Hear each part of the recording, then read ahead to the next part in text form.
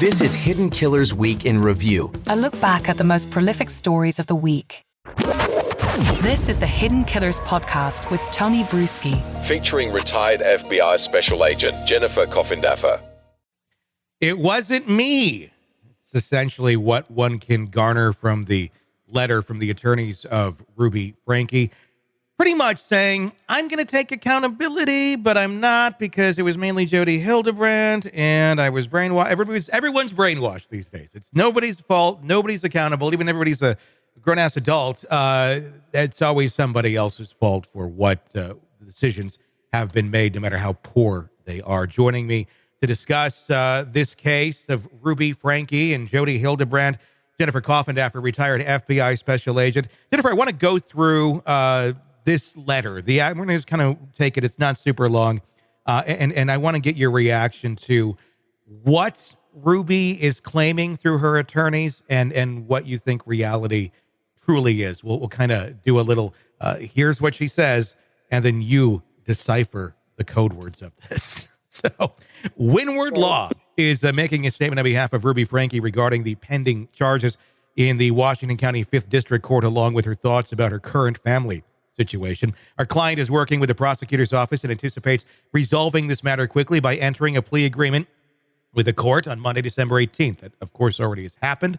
We haven't gotten a ruling as of this recording. Ruby Franke is a devoted mother and also a woman committed to constant improvement. Initially, Miss Franke believed that Jodi Hildebrandt had the insight to offer a path to continual improvement.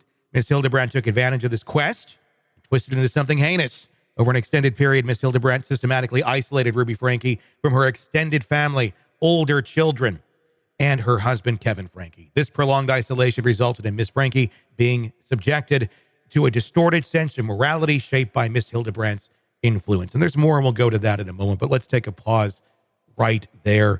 How much of that is the truth? Was Ruby Franke essentially another victim in all of this of Jodi Hildebrandt?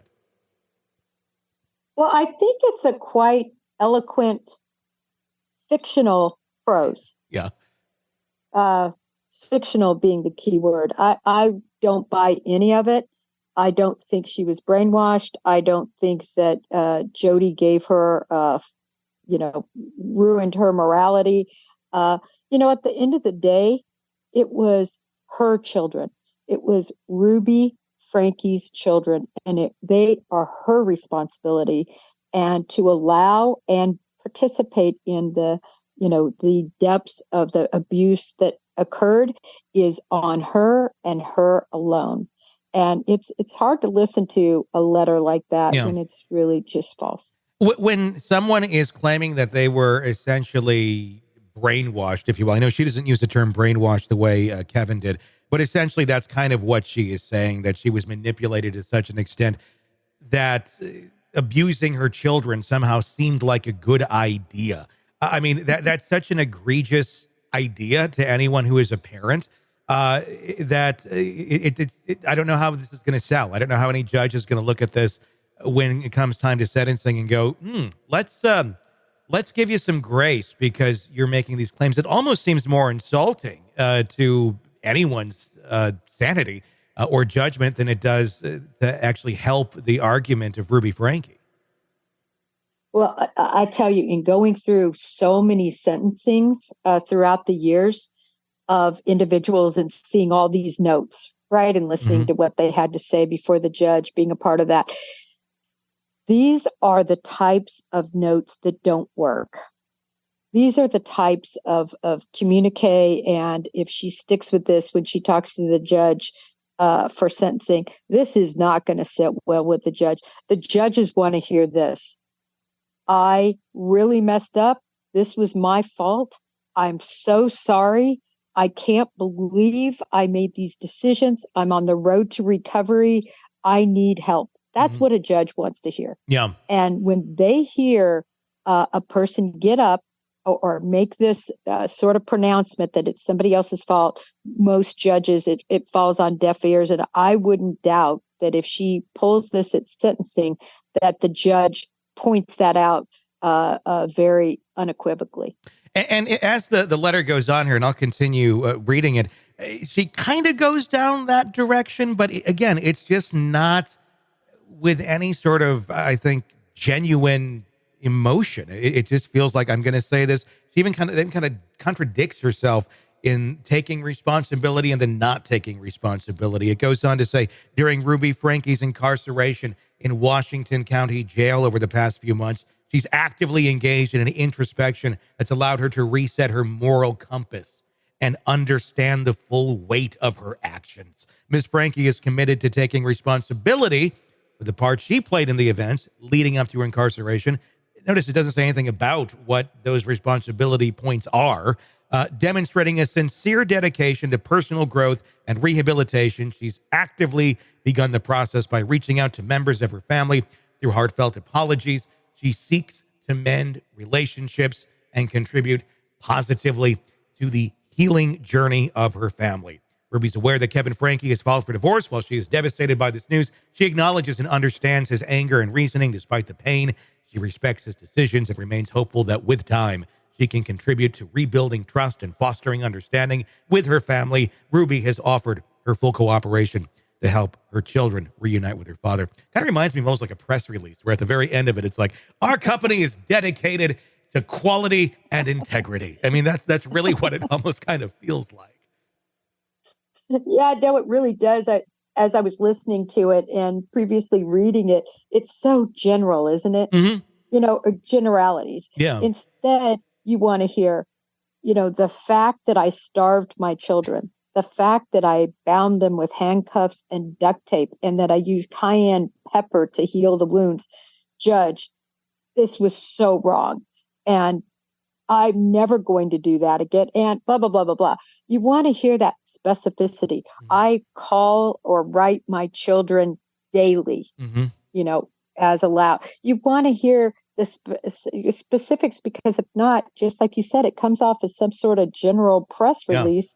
Yeah. And it's so void of real feeling of truth. That's what she's doing. It's almost like they took a copy of one of the news stories that really covered all of this, threw it into ChatGPT, and said, from the perspective of Ruby Franke, a apology and how you truly feel remorseful for all these things, and make it look sincere. That's about as sincere as it feels. It feels like it's something out of ChatGPT. I really wouldn't be honestly surprised if it wasn't something out of ChatGPT.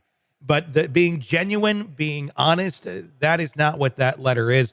Is there anything that she can do at this point to try and get some grace from a judge when it comes time to the sentencing for her guilty plea? Well, I think she needs to really acknowledge her culpability. I think she needs to be very specific in the actions that she took against the children, because a judge will see that as truly understanding the breadth of what she did wrong. If she goes up there and is general and sorry, judge, I'm trying to make amends, but really it was Jody's fault, it's going to be disastrous for her. But what I'm worried about is in these cases, so there's a sentencing report that's going to be prepared that has everything put together. And there's also going to be a recommendation typically by the prosecution. And what I did read in here was the prosecution promised not to object to anything during future parole. So whenever there's a parole hearing, they are not going to weigh in on it. And that really concerns me, because it makes me think that they're going to plea her to, even if it's just, say, there's 4 charges, say she gets 3 years per charge, 12 years, she'll only serve 6. Mm-hmm. Remember, in the state system, it's literally about half, and even less than that sometimes for good time. And the prosecution has said, listen, we're not going to object to it. So what I fear is that she really isn't going to get much time at all. Another concern I think a lot of people would have in this case is, well, what about the kids?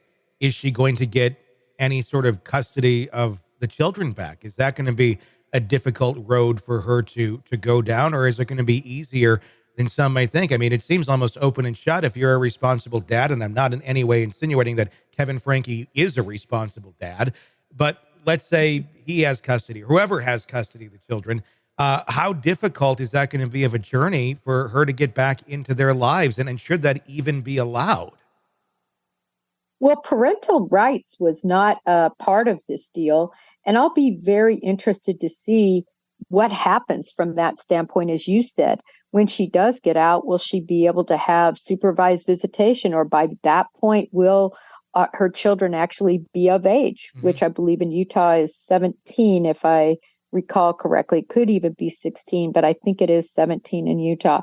In any event, hopefully she won't get out before that age is reached.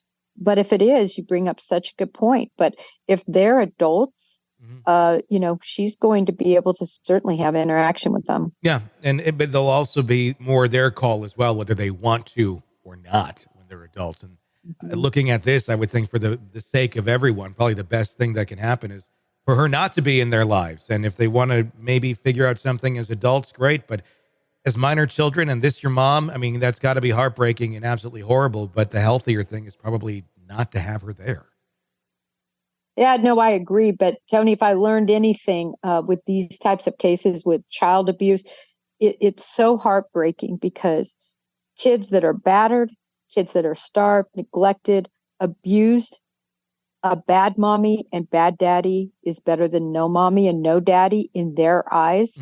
And typically, we saw it actually right in the Timothy Ferreter case, where, he was willing to forgive right there on the stand. So I guess what I'm saying is that what I've always seen is children just want that affection and attention from their parents, no matter how horribly they've been treated in many cases. And that's hoping that maybe a parent can come around in a case like this to own up to their shortcomings and maybe try and be the person that their kids truly need them to be. One would hope that this would be the wake-up call that would allow Ruby Franke to get there. Yes, let's all hope for that. Want to listen ad-free? Want advanced access to all of our interviews before anyone else? Become a True Crime Today Premium Plus subscriber on Apple Podcasts. You get every episode commercial free. So you can binge on true crime until you can binge no more. Search True Crime Today Premium Plus on Apple Podcasts now, or go to our podcast page and sign up now. More of the Hidden Killers podcast next.